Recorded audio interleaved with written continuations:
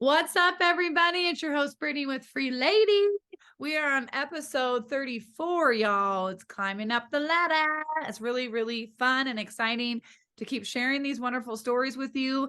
And I hope we are changing your life, or changing your friend's life, or your family member's life, or anybody in your life, your partner's life. So we are absolutely here for you. I'm really excited to have Jason on here. He's the owner of Sober.gangster. I just met him, you guys, like last week. He just came in my coaching group and his story was so compelling. I was like, oh, hey, hi, come on my channel. We made it happen. We met and made it happen. Yeah. So this is Jason Williams, you guys. Like I said, he owns Sober.gangster. And this is about sobriety and telling his story. But of course, we are going to start off with 3 things that we are grateful for. I have to say I'm really grateful for heated seats. It was 8 degrees today, and I'm like, but then I was like, I wish I had a heated steering wheel. I'm like, first world problems. But still, like, I'm just glad I can get warmer a little faster in my car. So I'm very thankful for that. I'm very thankful for to have the ability to grow. And I mean by I get to choose things and I get to do things to grow. And thirdly, I am always, always so grateful for this family. I'm very grateful for my Den family, which is my coaching group, because I get to meet people like Jason. Jason, what are you grateful for today? You can do 1 or 3 things. Yeah, I love it. I like that you said your heated seat. It was -12 in Sun Valley, Idaho today. Ooh. I'm grateful that I actually wasn't there. I'm in Boise, Idaho today, where it was like 8. So I'm right there with you. Yeah. I got my fireplace going, trying to stay warm in here. Yeah. But no, like I'm always grateful for my sobriety. I'm here talking about sobriety, the life I have. Like, it would be burnt to the ground if I didn't have it. So, number one is, my sobriety, obviously my family, and the support system I have with my family and my kids, and everybody's just healthy and happy. And it hasn't always been that way. And I'm grateful for taking a jump and going all in and committing to this new journey through the DIN program, and jumping in and finally committing to it and going for it and trying to get out there a little more. So, and opportunities like this. So thanks for having me join your podcast and video. Is it podcast? What do we call it when it's live on a video? Podcast? I mean, these go on YouTube. So all these are on YouTube, and eventually these will be fabricated into a podcast. I just haven't done it yet. It kind of scares me, you guys. It's like a lot of technology. And I talk about this all the time on my channel, how technology and I are real good friends. Yep. So, but I really would like that to happen for my listeners. But yeah, like we were just talking before we started this recording, you guys, is that going all in. I want to speak about that real quick. So he just joined the Lion's Den with Sean Whalen's, our coaching group. And he was saying that it took him a long time to like jump in the game. And I told him that before I joined, it had been a year of me saying, I'm going to do it. I would even put in my name. I would put in like my credit card number, and then I'd be like, nope. Yep. Exactly. I get scared. And like, because I've never invested in myself. Yeah. Right. I've never invested in me before as much as I've done education with hair and stuff and invested in others, but like not like this. And it has changed my life in every step of my body, my mind, my business, and my relationships. And so it's really interesting when you go all in and you realize, what else can I do to go all in? I love that you said that I've loved that you said that you've like had no problem investing in like your hair and hairstyling and learning that trade. And I've done that over the years. I've invested in like real estate courses and certifications, and I've learned that I'm really good at investing in what I do, not who I am. And that's kind of one of the things we're doing right now, is this who I am and what do I do.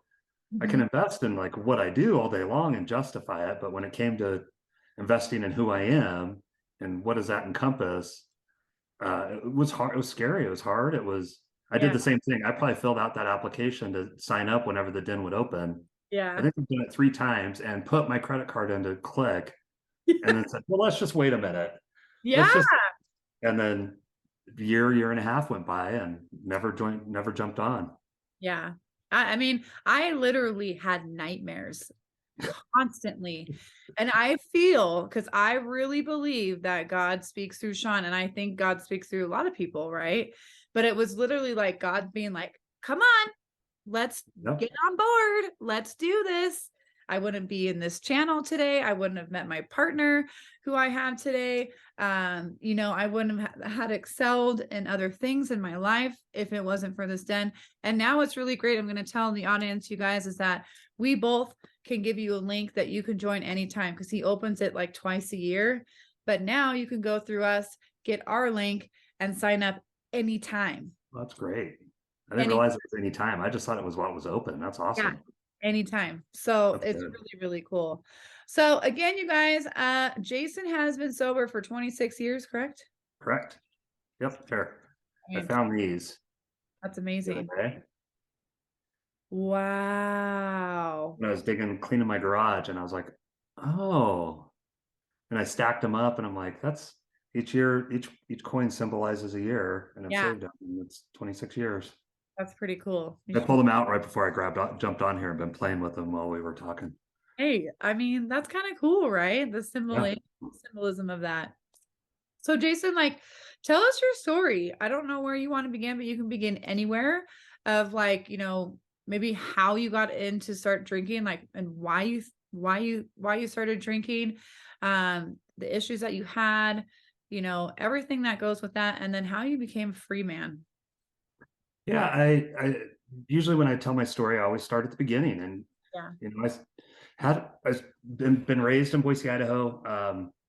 In Idaho, born and bred, and it was a great life. I don't come from a bunch of trauma in my life. I have no trauma as far as like what you would think of when it comes to trauma. My parents are still married. Actually, this is their 50th anniversary this year. Wow. Um, they've raised me right. It was a good household. My dad, if he has a beer, falls asleep an hour later. So he's not they're not drinkers in my household. Yeah. It wasn't this toxic environment with physical abuse or verbal abuse. It was just a really loving, caring home. Yeah. And, I think the only trauma I experienced growing up was, I was bullied a lot in elementary school, bullied a lot in junior high school. I was a scrawny, nerdy kid with weird teeth and super skinny. And my hair was like huge. It was like, it didn't lay down like this. It just went like this.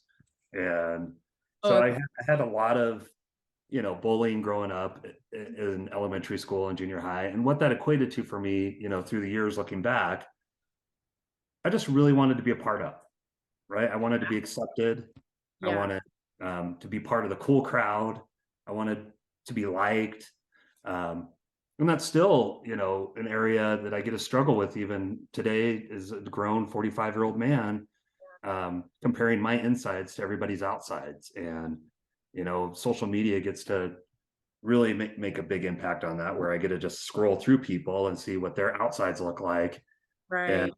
then I compare it to how I feel on the inside. And, that desire to want to be part of a community or be liked or be a part of, is still the driving factor in my life that I have to make sure I check and work on, and what are my motives. And so, Right. that was part of my growing up, was just some pretty heavy bullying. I remember times at, 10 years old where those thoughts of suicide crept in. Wow. And And and that was, back when suicide wasn't like as visual as it is now. Like it's so prevalent now that I can see where a 10-year-old knows so much more about it. But back then, totally. it just wasn't as big of a thing as it is now. And I didn't have a solution for the way I was feeling. I didn't have a solution for that, like emptiness I felt all the time and being disconnected from. My dad had a cool job opportunity to go run a gold mine in Las Vegas. And I remember it was the summer of my 8th grade year. And in Boise, Idaho, school is like 7th grade through 9th grade, right? And Okay. so it was a summer of 8th grade. So I was getting ready to go into 9th grade. I was finally going to be a freshman, which at freshman in junior high, like you're finally at the top grade level. So I was excited to be a freshman and finally be at the top of the chain, even though I was still getting bullied and still going through that and still didn't have a lot of friends. Had never experienced drugs or alcohol at that point in my life. And with this job opportunity, we sat down as a family, and me and my dad and brother and mom, and it's like, do we want to go on this grand adventure? Let's go try something new. And we decided to go. He took the job in Las Vegas, and so we moved to Las Vegas that summer instead. The difference in Vegas, 9th grade, you start in high school. Yes. So instead of jumping to the top of the food chain, I was now back at the bottom of the food chain. Mm-hmm. And that summer, we had to stay in like an apartment complex that was a little sketchier while our nice suburban house was getting built. Mm-hmm. I came from a middle-class family, and so we lived in a nice house. But when we were living in the apartment complex, I got to meet some people that Vegas is a lot more diverse than Boise, Idaho was, 30 years ago. Yeah. And we're still not very diverse in Boise, Idaho. And Las Vegas, I got introduced to like new cultures, new people. And I remember sitting in a hot tub in 8th grade that summer where a couple gangbangers that lived in the apartment complex just got a kick out of like this Idaho boy, nerdy. And they gave me some of their like red cup drink. And I'm sure it was some sort of jungle juice or something because it tasted good. Yeah. And, I got like my first sip of alcohol. I didn't get drunk. I didn't like go crazy. But I got a sip. But what I got a real taste of was being a part of, right? Like I instantly, like they kind of took me under their wing and they were cool with me. I had a couple other friends that I met in that apartment complex that I am still lifelong friends with. They're still some of my best friends to this day after 30 years, and they were with me through the worst times of my life as well as the best times of my life. But these couple guys, I started to have a community that and friends that were cool, that was different from what I had in growing up, where before I was just getting bullied. So it was that first kind of fix of like filling that void inside. Even though it didn't come from the alcohol in that moment, it came from that acceptance. Right. But alcohol was involved. So in your mind, your mind was like, oh, it was alcohol and this. Like it didn't know how to separate it because we're young and dumb and we love the jungle juice in the juice, especially. And I was always one to like to act out. I was always on my report cards, the class clown or says stupid things in class or whatever. And so I wanted to continue to be a part of, and I learned that like if I'm doing crazy things or if I'm acting out, like I get a reaction through that. And so I remember, one time my dad caught me that summer. I was up on the like 3-story roof of the clubhouse and jumped off the roof into the pool sober, but I was showing off for like the new friends and trying to get a rise out of them. And, I got grounded for like 3 weeks. And but I learned like that the things that start to like create reactions from people. And so I went into my freshman year at high school in Las Vegas. It was at Green Valley High. And again, it was just a different experience. And going from a school that was, my junior high school maybe had 500 people in it, to the high school in Las Vegas had metal detectors and, barbed wire fences and probably 3,000 students. And a lot of them were locals that lived in the little suburbia area where we all live. But then there was a lot of people that were bussed in from other communities that weren't suburbia. And so there's again, that, the gang aspect of the school, and then the sport, there's a very diverse community there that I got introduced to really fast, and was kind of, again, just very naive to what everything was coming from where I was raised at. Makes sense.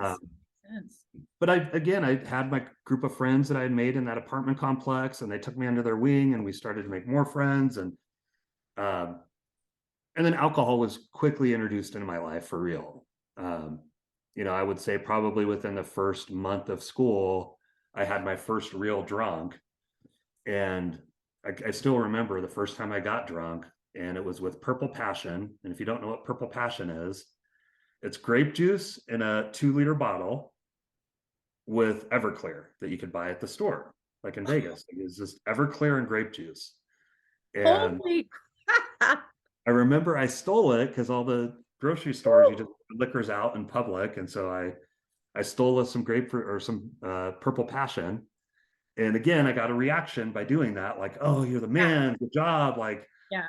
You get, and we went to the park behind my house, and there was the gals I met in that apartment complex, their boyfriends. It's probably like 5 of us. Yeah. And all I remember from that night is I got belligerent drunk. I fell down one of those like flash flood drainage ditches they have in Las Vegas where it's just rocks. Yep. I was bloodied. I was dirty. I definitely puked a few times. Oh man. This is important as I got caught the first time.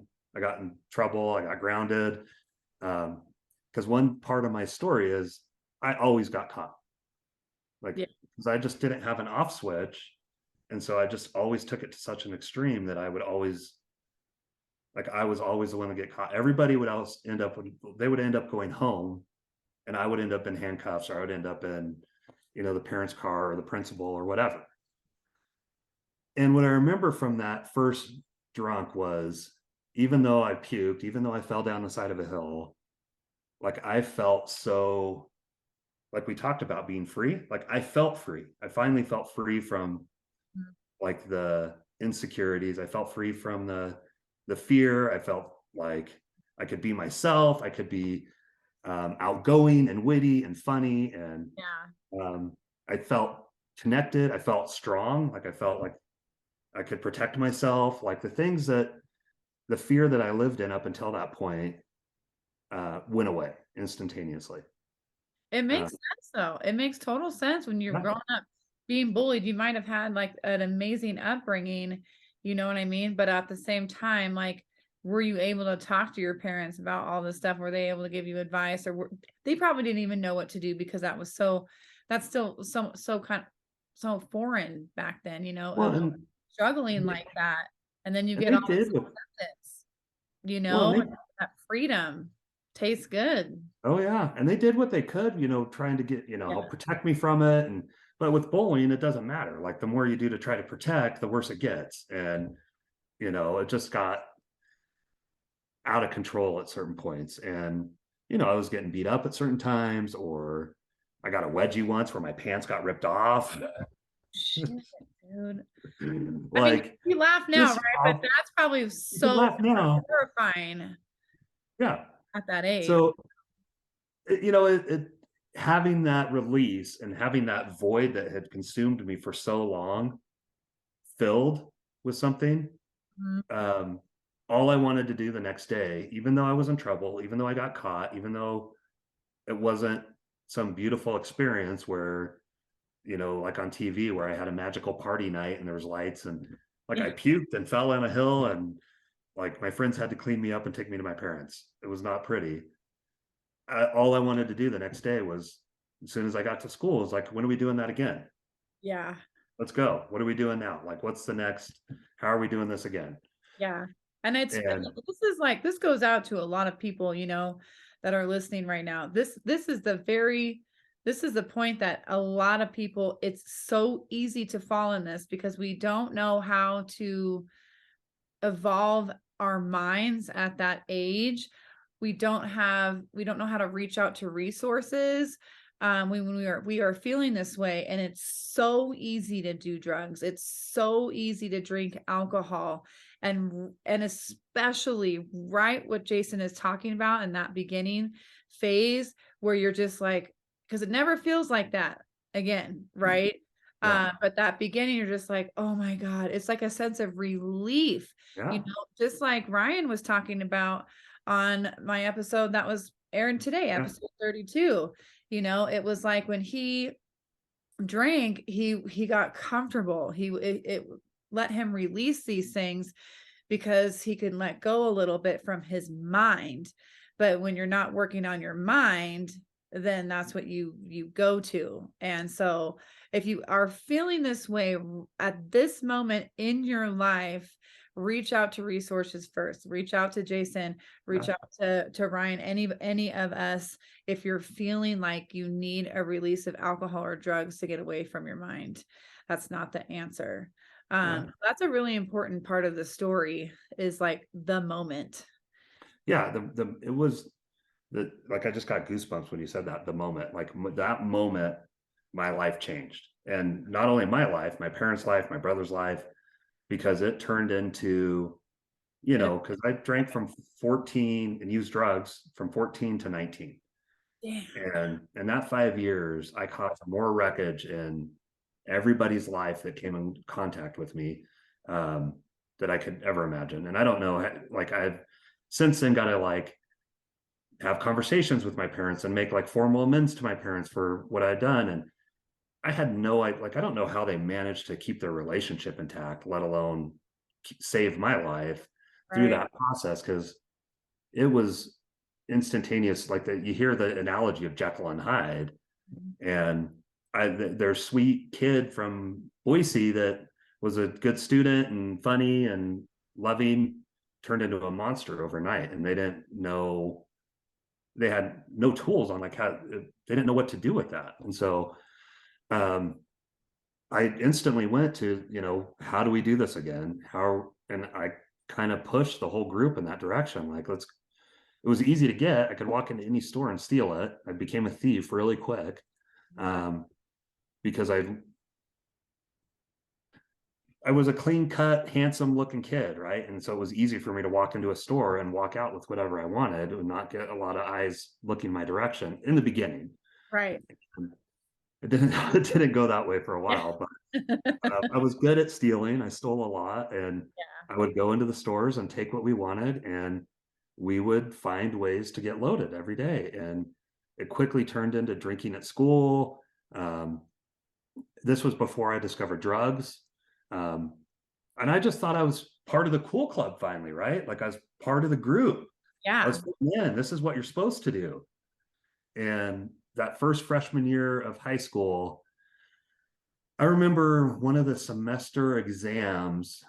It was a PE one for, like, I didn't know you had semester exam in PE, but we had a semester exam testing, like a written test on, I don't know the rules of volleyball. I have no idea. But it was the first period of the class, and I went into it. I got drunk before class and went into the class. I got really drunk because I all of a sudden started sweating and getting hot. So I took my shirt off in the middle of class, and the teacher's like, "Jason, are you okay, Jason?" And I told him to fuck off. And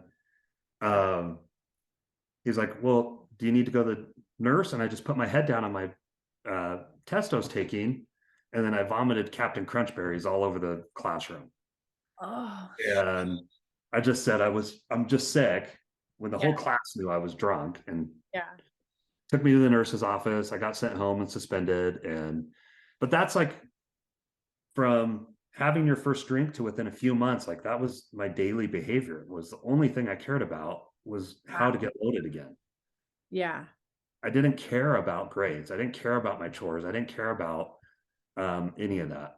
Yeah. That addiction comes over you rapidly fast. Yeah. And one true gift I got through my addiction was how fast I found a bottom with it. Because even when it was good, it was bad. Like, it was never, I never had like this, beautiful experience. I had some fun times, but it always went bad. It always went south whenever drugs or alcohol touched my body. And I think that's, people have asked me how I got sober so young at 19. And it's because I had so much wreckage throughout my life, and it instantly happened over and over. Like I said, I always got caught. We started, hanging out with some of those older kids, some of the wannabe gangbangers. I'm not going to say they were actually gangbangers. There was a lot of I was running around trying to be a tough guy. Yeah. I'm not a tough guy. There's a lot of real tough guys out there. I know a lot of real tough guys. I'm sure you know a lot of real people. I was not one of those, but I sure did think I was. And and to start hanging out with older kids, and we are rolling around town in like a 64 Galaxy, and Oh, uh, nice. just people were carrying guns and doing stupid stuff, and it just got really ugly really fast. And I liked the criminal life. I liked the power of it. I liked coming from being bullied. I liked to be the one that bullied other people all of a sudden. I like to have my friends be the one that scared people, and it gave me this weird sense of power that I had never had my whole life. Right.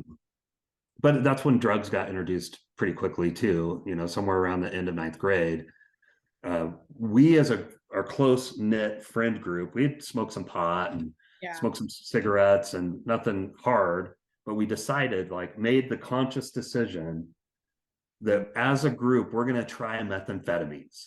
Holy shit. If we're going to do it, we should do it as a group because it's safer. And we're going to it wasn't like at a party where we were all drunk and somebody brought out some powder and we did it. We actually made an active decision to do this together, and went and got some methamphetamines from one of our friends and did a line. And again, it was like what happened on my first drink happened when I did a line. Right. Instantaneously. Right. I was a crackhead. I could care less about alcohol because I have always drank through this process. But this is where alcohol went away for me as far as the solution. It was just there for worst case scenario. I could drink if I didn't have anything else, or along with everything else I did. At this point, once I discovered methamphetamines and all the other drugs that were out there, I turned into a person that just said, I wanted all of it in my body at the same time. I didn't have a drug of choice. My drug of choice was everything. Wow. And so, again, my parents were trying to figure out how to manage this, and it got really dangerous really quick. Again, fights, guns, suspension. I got suspended for beating up the bus driver. Just we were arrested with people that had guns. People were jumping each other with base. It just got crazy, Vegas crazy. And I made it through freshman year. The summer of freshman summer just continued to get worse. And made it into my sophomore year. And about halfway through my sophomore year, again, I'd been arrested probably 2 or 3 times at this point. No jail time, just slap on the hands. But people had died through that process. There was a shooting at one point. People in our friend groups, it was starting to get to that point where it was we weren't doing good things anymore. People were hurting each other, and I was at the point, and my parents were unable to control me. If they said you're grounded, I said go to hell, and I'd disappear for 3 weeks, and they couldn't find me. The teacher would try to do something. I'd tell the teacher to go to hell, and I'd walk out of school. My grades were all Fs. The only thing that existed in my life was getting loaded and partying with my friends. Now, is your brother older or younger than you? My brother's younger. He's 4 years younger. And he had to witness all that. He had to witness, me going through this monster shift. And, there was times where I'd have him light our bong with his lighter, and we thought it was funny walking around the garage. And, but he had to see the worst of it, because it just got worse from there. He had to see me carted off in handcuffs. He had to see me getting violent. He had to see me punching holes in the walls. And, and the thing as I talk about some of these experiences, I just learned this probably last year, somewhere in my 25th and 26th year sober. I was having a conversation with somebody about this Jekyll and Hyde, and, how I have the side of me that can turn into this monster where I am violent. I am a criminal. I have these things that are in me that I've done in the past. And for 25 years, that reference was always to, when I'm loaded, I'm a different person, right? Yes. all those things I did to my parents, to people, to humans, to um, the criminal activities, I was sober when I did them all. It was usually because somebody was getting in the way of me getting loaded. And Interesting. that didn't hit me until, Huh. again, I was having this conversation. I'm like, wait a minute, I'm full of shit. Like, I wasn't loaded when I assaulted my parents, or when I stole that woman's purse, or when I beat up the bus driver, or every time I did the horrible things I did, Mm-hmm. I was dead sober, but somebody was getting in the way of me not being sober. They were Yeah. trying to stop me. They were trying to restrict me. They were trying to, and I didn't put that together until just last year. And it was such a like eye opener to my behavior, to Right. who, like it, that power to get loaded, the power to fill that void was Yeah. so uncontrollable that I was willing to do anything to get it. And it wasn't while I was high. It wasn't while I was drunk. It Right. was when I was sober that I was doing those things. Damn. And And that's like, that is like a very, also can turn into a perfect description of an addict, right? yeah, You're like out of something, and that's when people cause the most chaos because they will do whatever it takes. yeah, They will hurt whatever people they run into. They yeah. don't give a shit about anything No. until they get their fix. And that's where it's so violent. Well, and You it wasn't like I was running around like a junkie right. shaking or anything. But it's I your just, it's your mental thought. Like you had yeah. to have it and you didn't care. I remember one time, again, there's only like these few things that I remember. And, I think it was like ninth or 10th. No, it had to have been in 10th or 11th grade timeline, because we were back. My parents had moved me back from Las Vegas because that was going to fix everything. We were back in Boise, and my dad had found my bong, I believe, and he threw it away. Oh, so your parents moved back to Boise because of Yep. that was going on. Yep. Okay. So about halfway through my sophomore year, they were out of solutions. They didn't know what to do. It was kind of like Vegas. This is Vegas's fault. Vegas is a bad Mm. environment. So they shipped me back to Boise to live with my uncle, my mom's brother, who lived a colorful life similar to mine. He's gone through some pretty heavy experiences in his life. So she's like, maybe it'd be good to stay with him for a while, and you can smack him around a little bit and help give him some experience while Right. we sell our house, get job transfers, and uproot our life to move back to Boise, Idaho. Okay. So they Um, put you first yep, to take care of what they need to yep. be. Okay. But I remember that he found my bong. I was sober, and I lost it. We're screaming at each other, and I actually punched my dad in the hallway. Mm. And like, I remember his face so clearly, because it wasn't like I would expected him to hit me back. Like, I just hit him in the face, and I Yeah. figured we would brawl and like do what we do. It was just instant pain. He just turned and walked away, and I stormed out, with my cussing the whole way out and breaking all the pictures on the way and punching holes in the wall. And Mm. he didn't react. He didn't say a word. He didn't um, throw me down the stairs like I deserved. He Right. was broken. Like, I completely broke him in that moment. Yeah. And that's what I turned into as an alcoholic and addict, Mm. sober, trying to figure out how to get loaded. Right. When you came between me and what would fix me, I just turned into this monster. Once I had it, I was fun. I didn't like, Yeah. it was life of the party, or I was like thinking I'm the man, I turned into a drug dealer pretty quick when I got back to Boise. Drugs are still in Boise, Idaho, the way they're in Las Vegas. It didn't solve the problem. They're everywhere. Yeah, it didn't. It just got worse. I got expelled from 2 schools. Uh, and then I spent the rest of my teenage years in institutions, a few times with death and jail. Like, I OD'd a few times. Um, I went to jail probably 30 times before I was 18. Wow. And my parents started putting me in rehabs. I went to 6 rehabs before I was 18. I was kicked out, broke out of 2 of them, kicked out of 1. Wow. And so they were doing everything they could to try to give me the tools I needed to like But you weren't. Um, they didn't even care like what happened, just help me live at this point. Right. Every day I disappeared for weeks on end. They didn't know if they were going to get that phone call that I was finally dead. Yeah. Um, and Yeah. so they were doing whatever they could to try to save my life. And they did, because all those things, all those institutions, every time I was locked up in jail and it was mandatory to go to 12-step programs, or every time I was in a rehab and they're teaching me what addiction is, like it's getting in my brain. Like I'm learning Right. that I'm an addict and I'm an alcoholic. And I still wasn't able to stop. Like this is when I started to turn into like these fantasies of like, I want to be a normal person. I want to go to college. I want to get a high school diploma. I want a job.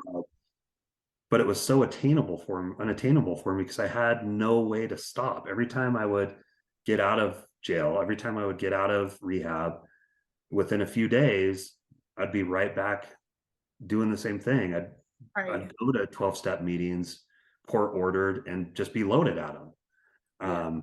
So I turned, and I want to make sure I don't keep us for 2 hours, but that's what my youth was full of violent criminal activities and a lot of drug use nonstop, and a lot of time in jail and a lot of time in rehab. And I turned 18 in jail. So I was an 18-year-old in juvie. They almost gave me like a congratulations. You're 18. I had been in there. I'd probably been locked up for a month or two. I don't remember at this point. Yeah. And the guys working in the jail and my probation officer, everybody was like, "You're 18, kid. You're sober right now because you've been locked up. This is your get out. This is your fresh start. Right. You're an adult now." Right. And I fully was on board with this. Like I knew this is, I wanted to come out with this fresh start. Like I wanted to come and get my GED because I obviously didn't complete high school. I made it through maybe sophomore year and then I was done. I wanted to get my GED. I wanted to go to college. I wanted to make my parents proud. I wanted to stop hurting everybody that I came across. I wanted to stop hurting. And so when I got out of juvie, I'm like, okay, this is it. I'm not on probation because I'm an adult now. All my records are sealed because they were all juvenile. So it's like a fresh slate. I'm sober. I can do this. I've got it. And 2 weeks later, I was arrested in Nevada with 7 felonies for drugs. Damn. What happened when you got out? Like, did you have that feeling of like you wanted to change? And then what was that? What happened? I don't even remember how I got loaded at this point. Like, I'm getting out. I'm sure I maybe made it a day or two and connected with my old friends. Because again, that community was so important to me, that connection, that being a part of and feeling accepted. And that was all I had, was that kind of like core group of friends. And I think I, went right back to it, but I'm going to, and when you run, people like water likes to seek its own level. And the people I was running around with, they wanted me to be at their level. They didn't want me to be sober. They wanted me to be here with them. And so they all had like bets on who's going to get me loaded first. And, it was a game to them. We're all 18, 17, 20, we're idiots. And again, they all were living this life different than mine.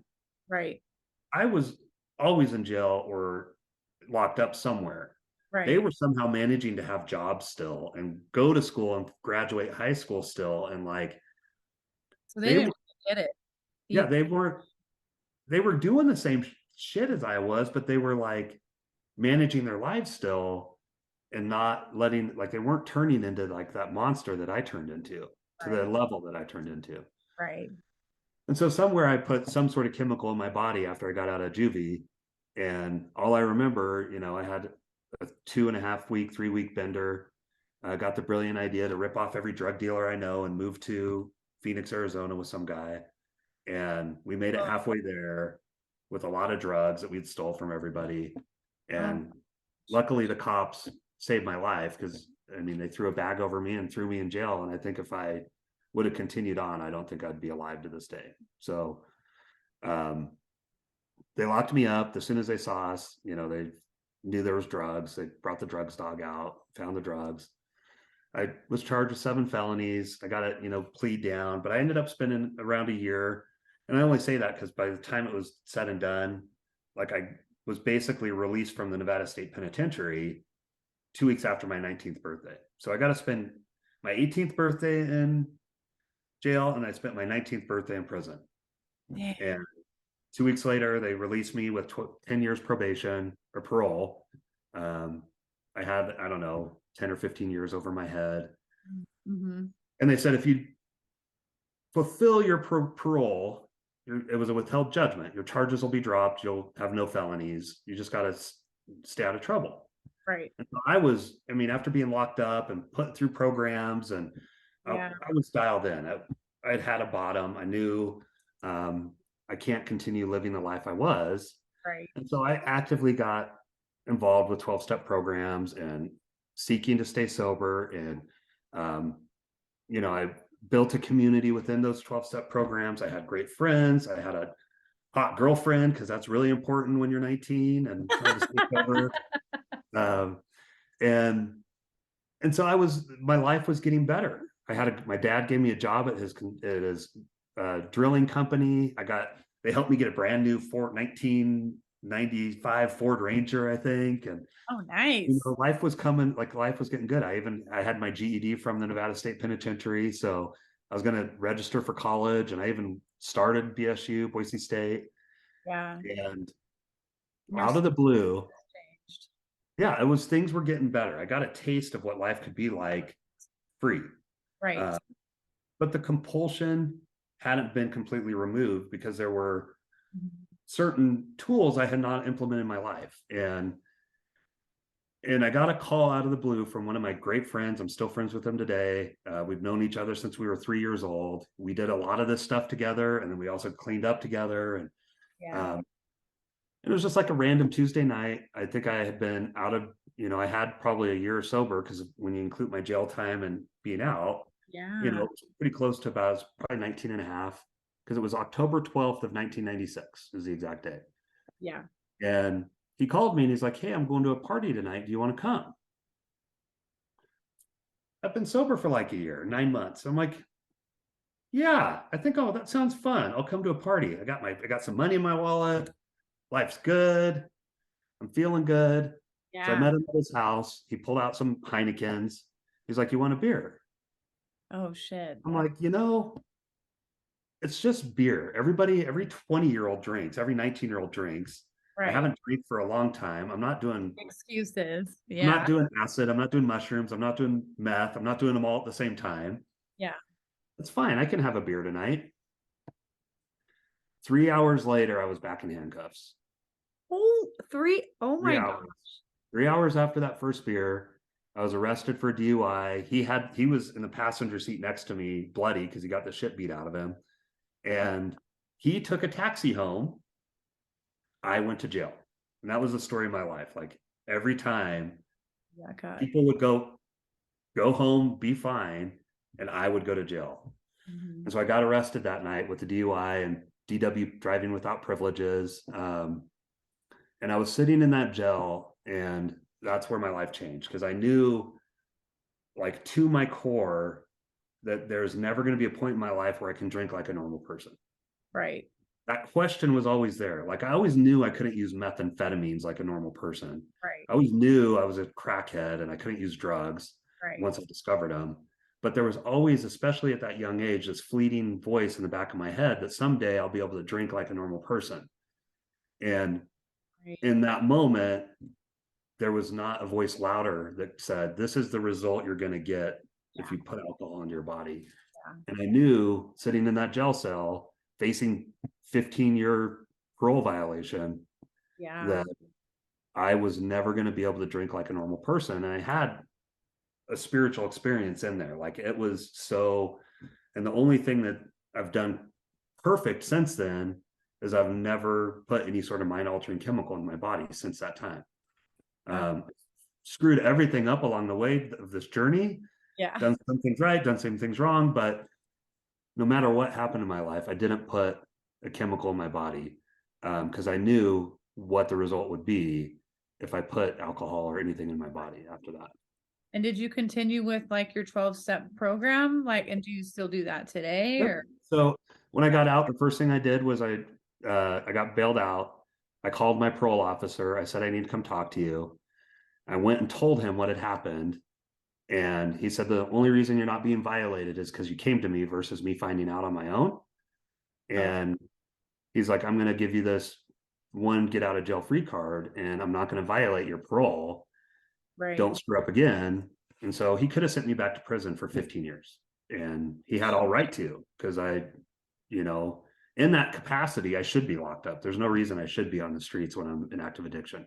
Right. Even to this day, I tell my wife, you know, half joking, half not, like, honey, if I ever decide to have a glass of wine with dinner, Yeah. pack the bags, close our checking accounts, get the hell out of the house. Mhm. I will burn it to the ground eventually. Yeah. And it's, you know, and I know that still to this day. Like, I know I still have that in me if I were ever to go back to that, to drinking. And so when he gave me that hall pass, I mean, I dove into 12-step programs. You know, I did what was suggested in those programs. I got a sponsor. I, you know, worked through the 12 steps. And through the 12 steps, you know, I was able to identify my powerlessness over my disease. I was able to identify the harms I had caused, and I was able to truly go up and clean up those harms. Not, and I had a conversation with a guy I work with today. There's a difference between apologizing to somebody, like Mhm. going and saying I did this, but a lot of times when I go and try to like apologize for something at work, I have an expectation that they're going to reciprocate in some way Yeah. because we both did something. Yeah. But when I go and clean up my past, I go there, you know, humbled, and there's no expectation of a result of any kind. It's me just saying, this is what I've done, and it Yeah. was wrong. Right. And this is how I harmed you. And is there anything I can do to make it better? Yeah. And I won't ever do it again. And Yeah. so through that, every time I've gone and done that work, put pen to paper, explored my part in things, and gone and made those amends, I always have a psychic change, a spiritual experience, whatever people want to call it, where something is removed in my life. It may not be what I thought it was, but whatever I'm dealing with, whatever's causing that pit in my stomach again, that is removed. Yeah. And through doing that work, you know, I've built a relationship with some form of a higher power. I do have spiritual experiences. Before we started, I was sitting here playing with my crystal. Like, I Love don't it. know what it is. I don't know what it is, but I know it's the universe. And I know the universe, Yeah. um, you know, plays a part in my life. And when I'm a part of that universe, I get to be of service, and I get to be helpful, and I get to be um, somebody that's carrying a message of some sort. Yes. When I'm not part of that universe, I'm self-seeking, I'm filling my void with, and I still have the ability to fill that void, like whether I'm spending money on stuff, Right. uh, you know, eating too much food, like whatever it is, Yeah. I can fill that void with all sorts of things that are a lot healthier for me than drugs and alcohol, but they're still not good for me. I can still Right. do things in an addictive Right. Absolutely. personality and Absolutely. addictive behaviors. And so through the 12 steps, I was able to find, you know, complete, like, that desire to drink or use was removed from my life. Yeah. One thing that's like a little different from my journey than a lot of people, you know, my first wife was a normie. I've been married a couple times. Okay. You know, it's part of my second wife was a normie. I've Yeah. dated a lot of, and I call them normies, people that can drink like normal and they don't have their lives blow up in front of them. Right. You know, people that can have a half a glass of champagne, or they can party their asses off Yeah. and still manage their life. Like Yeah. they can still get up and go to work tonight. I have so many friends outside of 12-step programs. I learned once that compulsion to drink or use was removed, that my life isn't about just being a sober person. Right. Like, I'm free, like we talked about, like I'm free today to go anywhere and do anything. I surround myself with people that drink. I have alcohol in my house as we speak. My wife drinks. I can go anywhere. I can go to bars and dance. I can go and do anything I posted a video of my wife on New Year's Eve taking a shot of like Fireball, and somebody asked like, how can you be around that and not be triggered? How could you kiss her and not be triggered? And it'd be the same as her having a Coke. It doesn't, Right. if anything, I repel from it more than I'm attracted from it. And it's through doing that work. It's through digging deep, cleaning up that wreckage, and really creating a connection with something else to fill that. Like I needed a sufficient substitute to fill that void, and it's community, it's service, it's a relationship with a higher power. All of those things fill that void. And so when one of them stops working for me, like there's a point in my recovery where somebody told me like eventually nothing's going to work other than that relationship with the higher power. Like there may be times I'm disconnected from my community, or there's times I'm not the most connected to my higher power right now. Right. Like 26 years sober, I don't feel like, there's been times where I've walked through a field and could like feel the dew on the grass and Yeah. everything great. I have this great connection with the universe. Yeah. That's not where I'm at today, but it's Yeah. okay. That's okay. I still have a connection with my higher power. It's just different. Yeah. And I have my community and I have service work and I have all those other things that help fill that void. Comfortable in your own skin. I feel like if you're comfortable within your own skin, nothing is going to affect you. You get to choose that it doesn't affect you. And having a higher power and being in that spirituality, I was there for a really, really long time. And it wasn't until I went to the lion's den and listened to all these people when they put their knee down to God, like God, because I had trouble even saying his name for a very, very long time. And I just like really let go. It's like, okay, and religion is they all pray to a higher power. It's all the same God. So whatever symbol that creates in your mind, if that symbol is the same as spirituality, that's phenomenal. You know what I mean? And I totally have always said to people, just have a spiritual relationship with the earth, because the energy is everywhere and it's in everything and it has the power to heal you through like how everything is made on this earth. It's beautiful. And I feel like a lot of people hurt when they don't have something to give it up to when everything else doesn't work. And I think that's very beautiful that you fall back to that. Well, and I think one thing I found, my story was people that drink are going to try to get me drunk, because that's what I had experienced when I was in active addiction. Right. What I learned was people that are out there living a normal life and living a good life and taking and like being good humans, doesn't matter if they drink, they don't drink, they just want the best for you regardless of what your decision is. They could give a shit less if I drink or don't drink. If anything, I went on a trip to Mexico, and it was a nonstop party. There was probably 40 people there. It was 2 weeks. It was a wedding. It was a reunion from high school. It was like, and I wore my sober gangster hat the whole time. I partied as hard as all of them, but I partied sober. And I danced, I had fun, I laughed, and all the only type of energy I got from anybody was like admiration, that I can be there doing that. Like, I think there's this weird belief when you get sober, like you drink, you're evil. Or you're not. For a period of time, that's important. For a period of time, that's definitely important. But eventually, breaking out of that and seeing that there's a world outside of just being a sober person. There's a whole world of just beautiful people, and you can live and do anything you want, and you can have any career you want. You can, and some of the most successful, genuine, kind people I know are like, they're superhuman sober people, because they, go through this work and they learn and they have the spiritual connection, and then they want to give it back to people and they want to help people. Absolutely. And then you get to feel this different feeling of acceptance. You've wanted to be accepted since you were a child, and you get to have this new agreement with yourself that I get to be accepted for me Yeah. and who I am and what I created.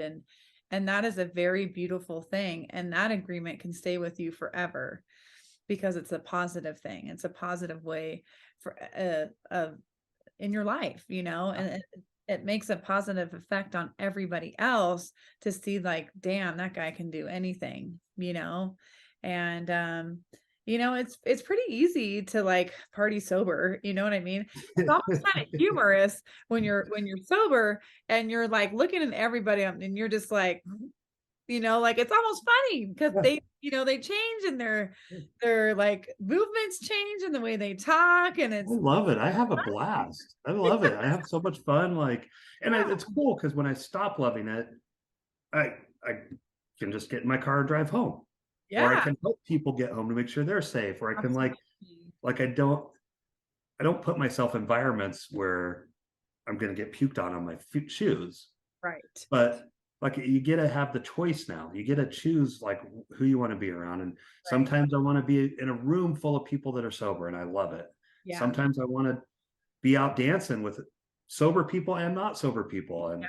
you know, it doesn't, and, you know, like I said, in my household, there's alcohol and there's, you know, I've had people in my life that have gone and experienced some of the like shaman ayahuasca stuff, and Yeah. all Totally. that's everybody's own journey. And um, I just get to choose for myself today that this is what works. Mhm. And I've been given the gift of freedom from it. And Yeah. so now I get to live that life out loud. And I think the more, and that's kind of where Sober Gangster come from, is just being able to talk about it and live out loud. And the more I can share that story, the more people know that there's a solution out there. And 12 steps might not be the solution. There's other paths to find recovery too. Right. But I don't always believe it's being that. just this. Yeah.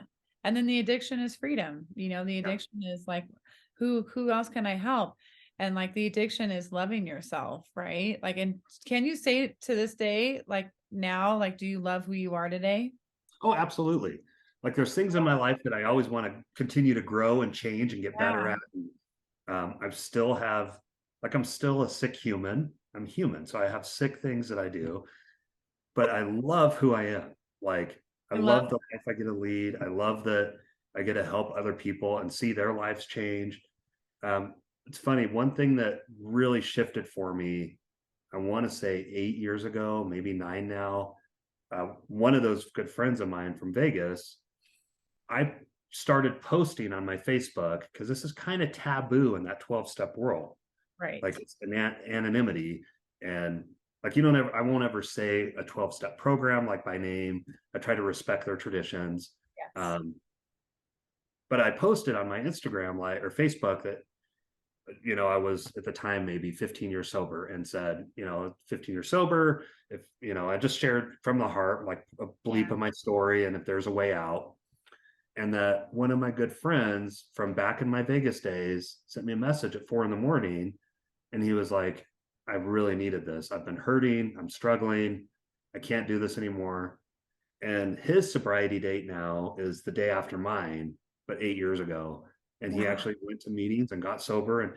And in that moment, like I knew the more we can speak out about this and kind of break some of the, and this is probably the hardest part that I've struggled with getting Sober Gangster going is, you know, I've been programmed to some of my traditions that I want to follow and make sure like I'm supporting people and how Yeah. to speak publicly about it without and I just got to the point where it doesn't matter. Like I just need to do what I can to care to let people know that there's a way out and they don't have to die from alcohol or alcoholism or addiction. Like they don't have to die anymore.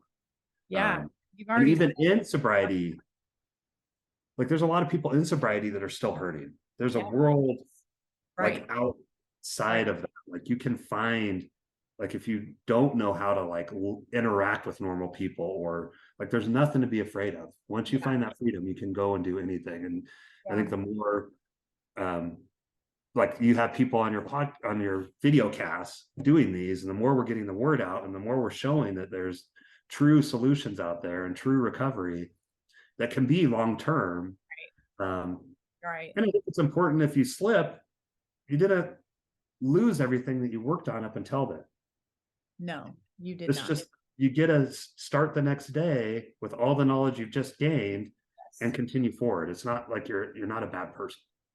Yeah, I mean, it's not just like being sober, it's doing the work. And that's where people, you know, get stuck and they're still so tied up in their minds and they're like, well, I'm sober now. Shouldn't I be like a millionaire and shouldn't I be like happy? Da, da, da. Well, no, no, no, Oh, that's not how it works. Like you have to do the work. And that most important job for you is to love yourself so you can love other things and love other people and accomplish things. And you will not be able to do that when you can't change your mindset and free your mind from yeah. all the other things that are tied with just being sober. You get to make new agreements, but it's freaking work. It's hard. Well, And and it's no one wants to do hard stuff. well, it's like what you join the den, you're Yeah. doing work on you. Yeah. Like So it's not my easy. solution for staying sober is still the same. Yeah. I still am active in 12-step programs. I still work with people. I still have a community. When this is over, I'll probably hit a 12-step meeting tonight at 8 o'clock. Yeah. I also do things outside of 12-step programs. I go to yoga. I go to a counselor when I need to. I join the Lion's Den when I want to grow other areas of my life, when I want to grow my professional or my entrepreneurship or Yeah. networking with other people. Like you have to do work. Yeah. You can only manifest so much, but without action, you're not going to get the results. Yeah. And you're already in the right place because that's what Sean talks all about is the manifestation into action. Yeah. So what made you create Sober Gangster and how long have you had that company? I started Sober Gangster about 2 years ago. I was actually helping my wife with one of her companies. And while I was sitting there, like helping her out with her company, I've started like 3 or 4 different names, trying to figure out what fit and really working through some of my own story around being out loud around it. And, I had different sober ascend or sober this, and none of them felt like me. It was me trying to force it. Right. And I remember helping her and I just had this epiphany. I'm like, oh, what about Sober Gangster? I thought of like spiritual gangster, and she has a company called Gangster Witch. And I was like, wow, Sober Gang, I like that. And so I went and hopped on to look for a domain name, and there was an auction going for it. And I won the auction, and I'm like, wow, I actually got the domain. But there's something about sober, because there is a gangster side of every addict and alcoholic. Like we have a side of us that's dark. I have a dark side. Yeah. And I have a very light side. I have both sides of me.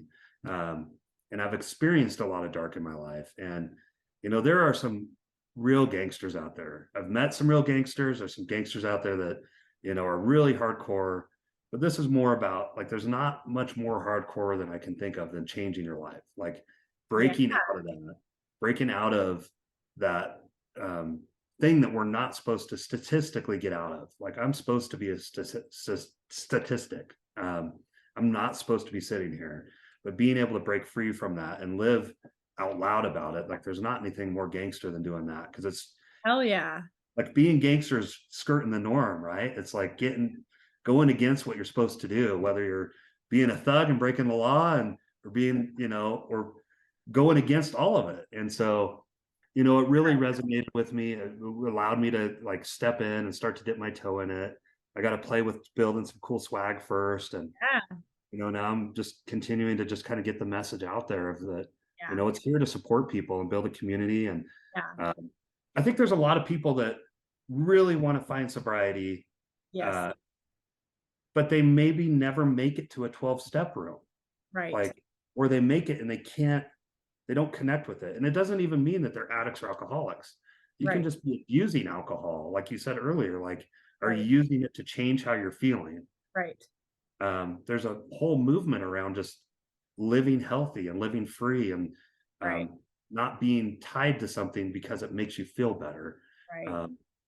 There's a lot of people I know that abuse alcohol, but they aren't necessarily an alcoholic. Right. They can stop and they can change their life. And so This is a spot where it doesn't matter what your mechanism is to get to be sober. It's just a place to support you in sobriety and help promote sobriety and then help you grow in your own sobriety. So yeah, like Sober Gangster can be like someone else's first step to get into a next step and another step and another step. Like it could be more of a safe space for somebody. Sober Gangster can be something comfortable for somebody, like I would resonate to that like super easy. I grew up in California listening to 90s hip-hop, of course it's 90s hip-hop. And so did Vic. Vic is is on the leadership team in the Lion's Den, and he's 805 too. And I saw him on Saturday, and I was like 805 West Side for life, and then we were immediately like gangsters, like we're so stupid, right? But it's like it's still like this connection and just like nostalgia. Yeah, nostalgia. And I gifted like Tupac and like Biggie, and just so he was like, oh yeah, and then I try to put like on the site, like I have a page that's all about free, like here's some links to find support, whether it's 12-step program, whether it's the Phoenix, which I'm a huge advocate for. It's a national nonprofit program for people in recovery. Yeah, that nonprofit is really, really cool. Yeah, the Phoenix is awesome. It's a community. Again, all of this is about community. Like we need each other. We need to feel a part of. We need to feel loved and connected. And the Phoenix offers a community for people in sobriety that also want to live a healthy lifestyle. It's free fitness, it's free yoga, it's free rock climbing. I go to their events. To that website, and I have sent it to someone I really want and truly to be sober. And I was like, damn, this is like such an amazing community. So what we're trying to say too, I think, more importantly to you guys listening out there, like find your sober community, find what works for you, find that community that feels safe for you. If you feel like being a sober gangster and being on the West Side, no, I'm just kidding. I had to throw that in there. Like reach out to Jason if you want to join the Phoenix, where they involve everything else. And maybe look into communities and try it for a week, try another one for a week, and try another one for a week until something works for you and you feel safe and you feel comfortable to tell your truth, because telling your truth is the first step and it's freeing. So, and I think no matter what, like a takeaway, no alcoholic or addict needs to die. And if you're struggling, just reach out to anybody. Reach out to me.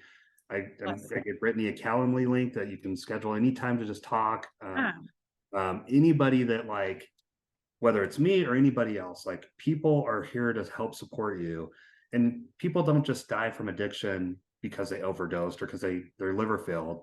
Suicide is off the charts. Our family's experienced suicide due to addiction.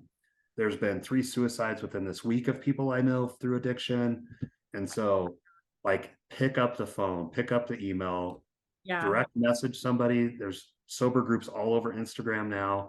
If you're hurting, like we're here to help. We're here to provide solutions and support. It's always there, and we're always willing to just support you and make sure we're getting you pointed in the right direction at minimum. Absolutely. And you're so right. There's a lot of suicides right now. And that's why I've kind of been on a role of like having these interviews of like things that you put in your body that really are toxic to you. And then, on the top of that, I've kind of spoke a lot in a lot of my past episodes of just like brotherhood, you know what I mean? And like men especially don't have that.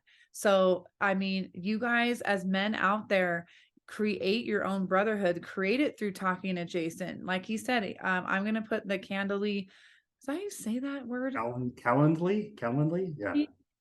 Link in this bio, and he has set up appointments that you can talk to him for free and have a brotherhood. You have Jason right there, and you have his connections and these connections. And I really feel like men are seeing this.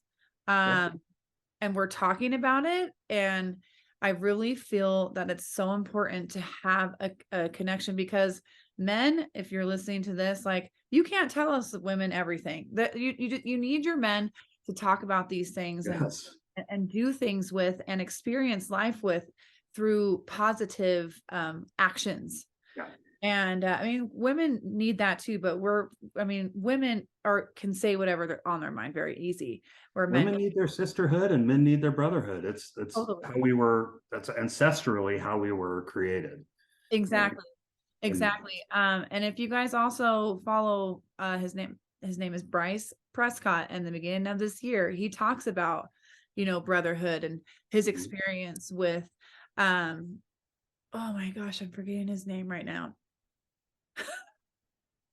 But he has the married game. yeah. Keith Yackey. Did I say that wrong? Oh my gosh, if I said that wrong. Hold on, let me look his name up, because I feel like a dumbass. Well, I shouldn't say that about myself, but at the same time, I just want to make okay, I was right. Keith Yackey has a married game, and he's been getting men together. Ryan was there just this past weekend. Bryce was there this past weekend.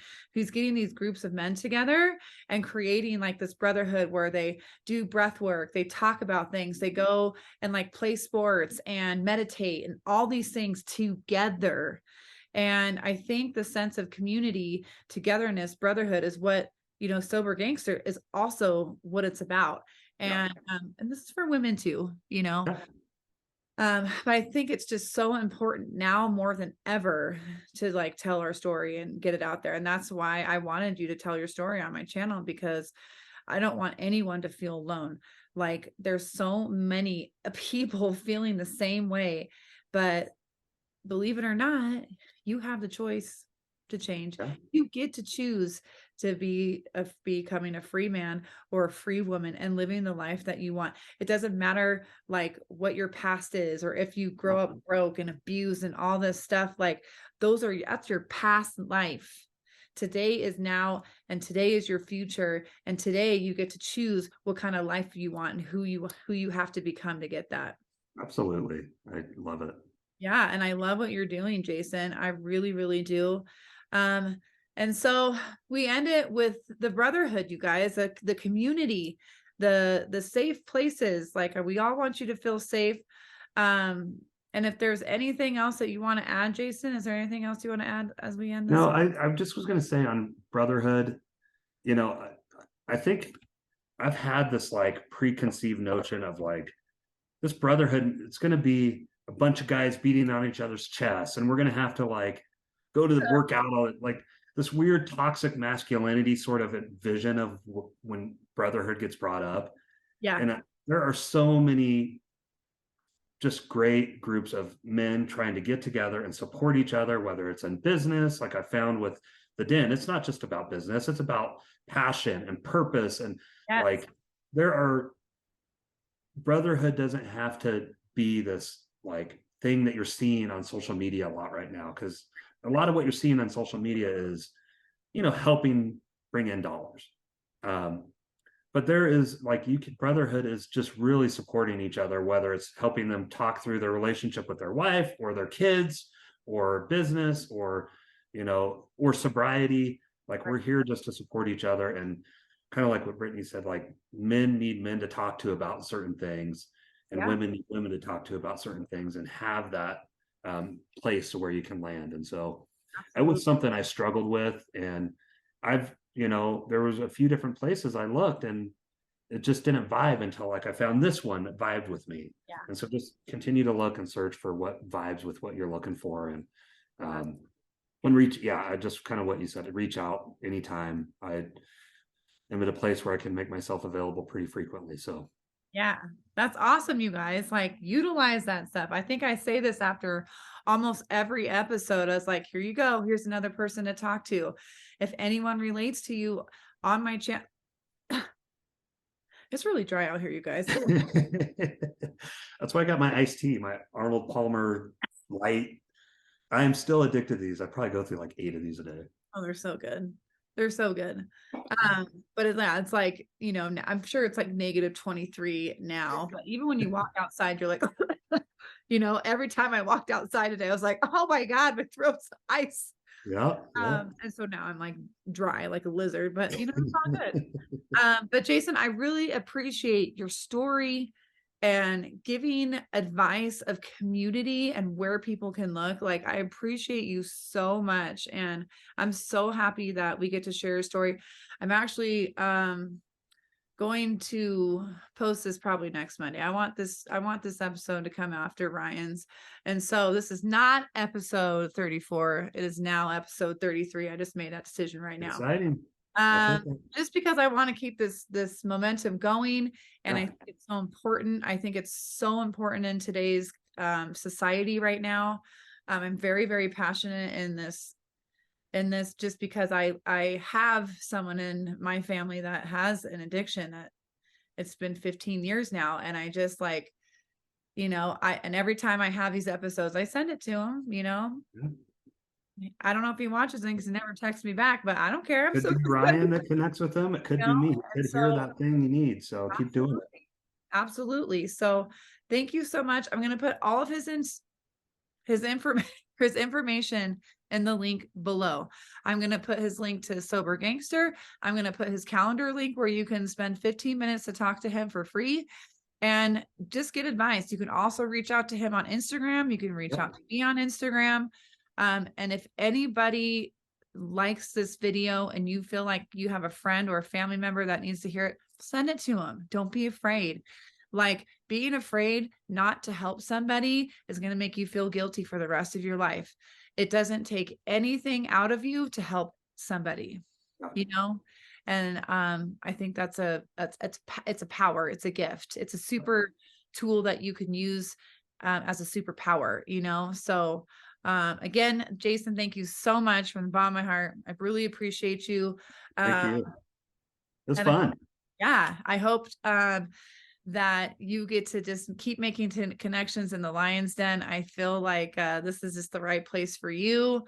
And whoever else, if you feel like that community would be something that you would want to look into, reach out and ask us about the Lion's Den, because that's changed my life and it hasn't even been a year. Yep. He just started and I met him. So look at that, you know. I've been in a week and look at where I'm at. Exactly. I'm here with you. It's amazing. I love it. Yeah. So thanks again. Have an amazing week. And we will post this on Monday. I don't know what day it's going to be, but I think it's the first Monday of February. And I hope you guys all have a great day and we inspire you. We love you and we want you to be free. So thank you so much. Yes. Oh my gosh. Oh, sorry, guys.